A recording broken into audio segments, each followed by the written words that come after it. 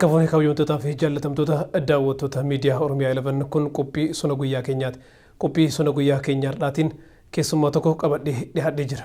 Kanaan dura dhimma hawaasa Oromoo Arsii Lixaatti beelahee irratti sagantaawwan garaagaraa hojjechuun keenya ni yaadatama.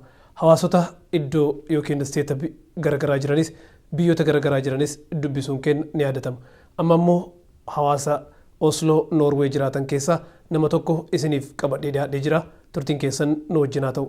Obbo Guddataa Bokii turtiin wajjin taasisu. Obbo Guddataa baga nagaan dhuftan. Baga nagaan nu eeddanii ulfaadhaa waan affeertaniif.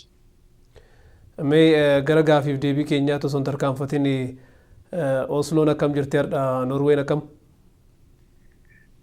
Norween biyya bareedduu, biyya diqqoo guddoo, biyya qabbanaanillee beekamtuu, biyya qabeenyaanillee seenaa isii beekamu, biyya nagaanillee waa hundaanuu beekamtu gabaabatti kanuma jedha. Galatooma mee hawaasni Oromoodhaa iddoowwan garaagaraatitti argaman qabsoo hawaasa Oromoo kanneen yeroo Oromoon rakkatullee gargaaruudhaan beekamu. Isinoo akka hawaasa Oromoo biyya san jiraatutti maal dalagu hojjettan? Hawaasni kun hawaasa seenaa dheeraa qabu, hawaasa baroota 1980 keessa ijaarame, hawaasa sababa rakkoo siyaasaatiin biyya kana qubate waan ta'eef hawaasa biyya kanatti dhufee rafee miti, hawaasa dammaqaa akkuma dura jedhe. Hawaasni kun tokkoffaa lammiin Oromoo tokko biyya kana dhufee biyyi kun Saharaa waan ta'eef akka biyya kana madaqu hawaasa kanan makamee jiraatu gargaaru, odeeffannoo barnootaa akka argatan godhuu, odeeffannoo haala hojiitti argatan akka argatan godhuu kanniin hojjeta. Kabiraa waa'ee mirga dhala namaa biyyattii Impaayera Itoophiyaa keessatti cabu irratti xiyyeeffannaan ijaaf gurra banatee hojjeta. Isa kanas karaa dippiloomaasiitiin paarlaamaa biyya Noorweetti dhiyeeffachuu, waajjira dhimma alaa biyya Noorwee dhiyeeffachuu, dhimmoota baqattoota biyya kana dhufanillee laalchisee akka mootummaan biyya kanaa sirnaan laaluuf immigireeshinii biyya kanaa waliin dubbachuu, darbeet ammoo gaaga'amni tokko biyya keenyatti yoo ga'u fakkeenyaa fi sababa lolaatii fi Oromoon qe'ee isaarraa buqqa'uun hin jira. Kanniin irratti diinagdeen bira dhaabachuu, darbee ammas naannoo adda addaatti yoo beelli uumamu namni nyaata dhabee akka hin duune dhaqqabu kanniin irratti haalaan cimee hojjeta hawaasni keenya biyya Noorwee jiru walumaa galatti isteetii garaagaraa illee jiraatu jechuudha. Obbo Guddataa mee galatoomaati. Yeroo ammaa kana hawaasni Oromoodhaa hedduu beela'ee jira. Keessattuu sababoota garaagaraatiin naannoon Arsii dhihaa beela'aa jiraachuutu himamaa jira. Yeroo beela hawaasa Oromoo kana dhageettan maaltu isinitti dhagahame? Beela kanaaf immoo maal hojjechuu jirtan? Dhuguma ani dhalataa naannoo saniiti. Nageellee Arsii baadiyyaa dhaladhe. Hawaasni amma beela'e jedhamee dubbatamaaru badhinnaanii naannoo Nageellee Arsii baadiyyaa Shaashamannee akkasuma aanaa Siraarootii fi aanaa Shaallaati. Duubaan ammoo gara Zuwaayii Dugdaattis beelli hin jira jedhamee himamaa jira. Kuni dhugumatti uummata lakkoofsisaa hedduu beelli yoo hawaasa tokko gaaga'u kamiidhamu ijoollee, kamiidhamu dubartii, namoota humna hin qabne.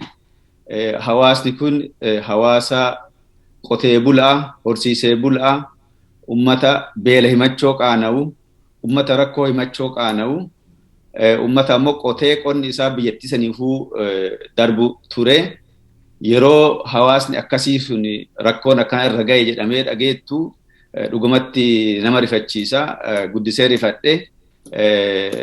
Wanti goones akkuma nama kamuu odeeffannoo qabnu irratti hundoofne namoota walitti dhiyaannuun walii bilbillee rakkoo kana rakkoo Oromooti.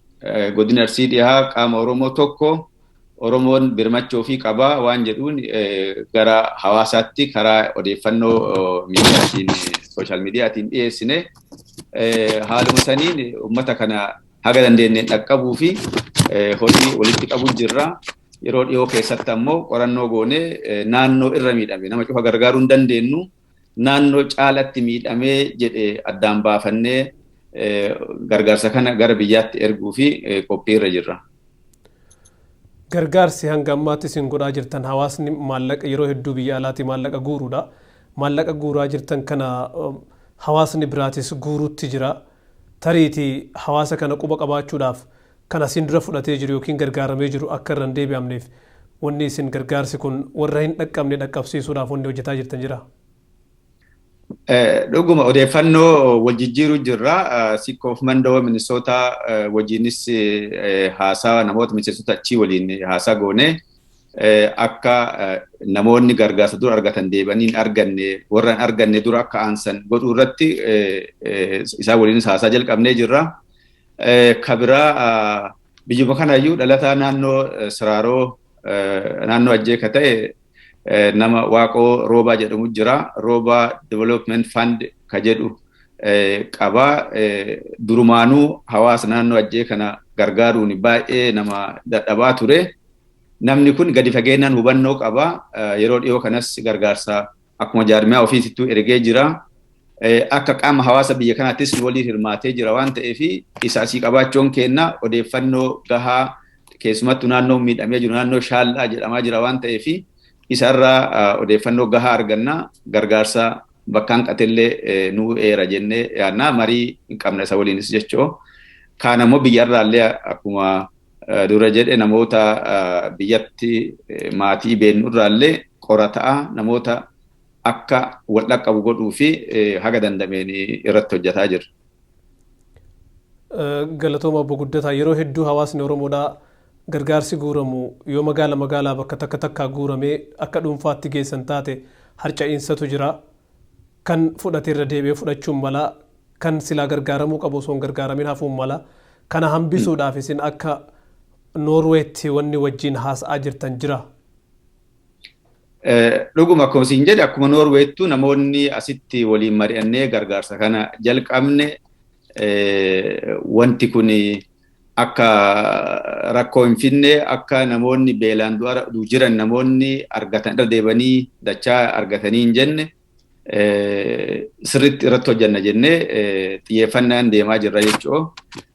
Kanaaf rakkoon hin uumama jedhee yaaduyyuu uummanni keenya gara laafessaa ummata gaafa qalateeyyuu foon beela'u miti gaafa qalateeyyuu ummata walii jifu ummata gaafa horiin sirraa du'e sii hirphu kanaaf anuma qofaaf ummata jedhuu miti waan ta'eef rakkoon akkasiillee nu rakkaba jedhee yaadu.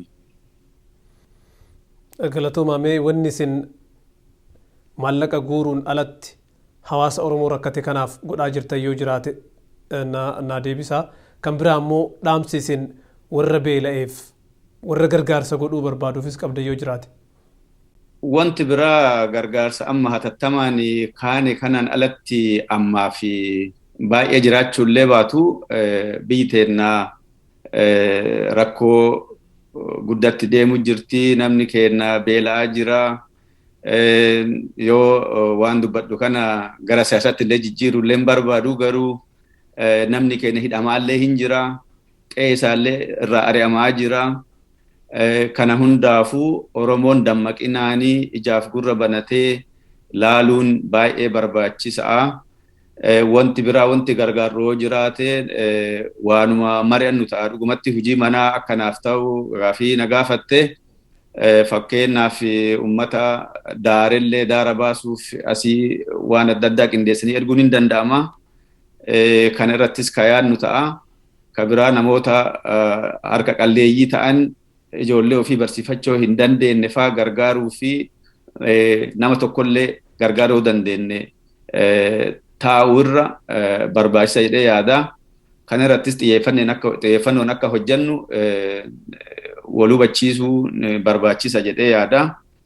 Kabiraa warra beela'ee fi beelli beellama namaan kennu garuu ammoo baay'ee haala ulfaataa garaa nama nyaatu as teettee biyya itti addaa nyaata kamiin filadhee nyaadha namni jedhu keessa teettee kana godhaa jechuun baay'ee nama ulfaataa dhugumatti garaa nama nyaata ammoo waan isinaa dandeessisuu danda'a wal gargaara ka ollaa ka qabu ka hin qabne bira dhaabadhaa hin darbaa barri hin darbaa waan jedhudhaan ofii barbaada. Namoota keenya ammoo Oromoota biyya alaa jirru kanaaf ammoo muuxannoo yeroo dheeraa gargaarsa Oromoof goonu keessatti namni baay'een rakkoon Oromoo badhaa kamiin gargaarree kamiin dhiibna jedhee namaa deebisa.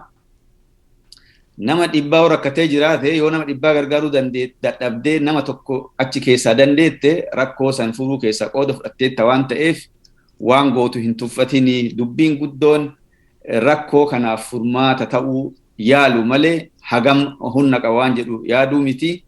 Yoo diqqaatee nyaannee quufnee bulla waan ta'eefi uduba midhannee rakkoo biyya keenyaa haa yaadannuu. Ofirra hin rafinaa gurraa irra hin rafinaa rakkoo biyyaa caqasaa yoo gargaarsa gaafanne dammaqiinsaan nu bira dhaabadhaa isiniin jedha. Akka biyya Noorweetti ummata Arsii dhiyaa yookiin Arsii lixaa beelee kanaa fi karaa kaashaappii yookiin biyya kanatti afaan Noorweetiin Vipsi jedhama. Karaa saniin gargaarsa guuruu jirra. Vipsi karaa lakkoofsa bilbilaa 995579 duwwaa jahanii nu ergaa waan dandeettan hirmaadhaa dhaamsa jedhu dhaamuu barbaada. Gabaabatti wal malee fira biraa hin qabnu wal bira haa dhaabannu. Rakkoon Oromoo rakkoo keenya cufa akka ta'utti yoo fudhanne furmaata walii ta'uu dandeenya. Rakkoo biyya keenya gaagaaruufis furmaata guddaa ta'uu dandeenya wal bira dhaabannee yaada jedhu qaba. Kanuma gabaabatti. Obbo Guddataa Bookii hedduu galatoomaa gara miidiyaa Oromiyaa laban dhuftanii sagantaa sona guyyaa irratti argamu keessaniif waa'ee hawaasa keessanii dhukkubsattanii akkanatti ganamaaf galgala socho'uu fi hawaasa keessaniif dhaamsa gargaarsa godhuu keessaniif hedduu galatoomaa maqaa daawwattoota miidiyaa Oromiyaa labaniitiin isin galatoomfachuu barbaada. Anis hiree argadhe kanaaf guddaa isin galateeffadha. Oromiyaa 11 jabaadhaa milkaa isiniin jedha. Carraa biraatiinis waan hojjannurra walitti deebinaa yoo hiree argannee fi ulfaadhaa isiniin jedha. Galatooma guyyaa gaarii qabadha. Ayyee isinis akkasuma. Egaa kabajamtoota daawwattoota miidiyaa Oromiyaa laban sagantaan sona guyyaa keenyaadhaa kana fakkaata ture. Mariin obbo Guddataa Bookii wajjin dhimma hawaasa keenya beela'ee naannoo Arsii lixaatitti rakkataa jiru irratti mari'ataa ture kana fakkaata. Sona guyyaa biraatiin hanga walitti deebinuuf nagaan nuuf jiraadha.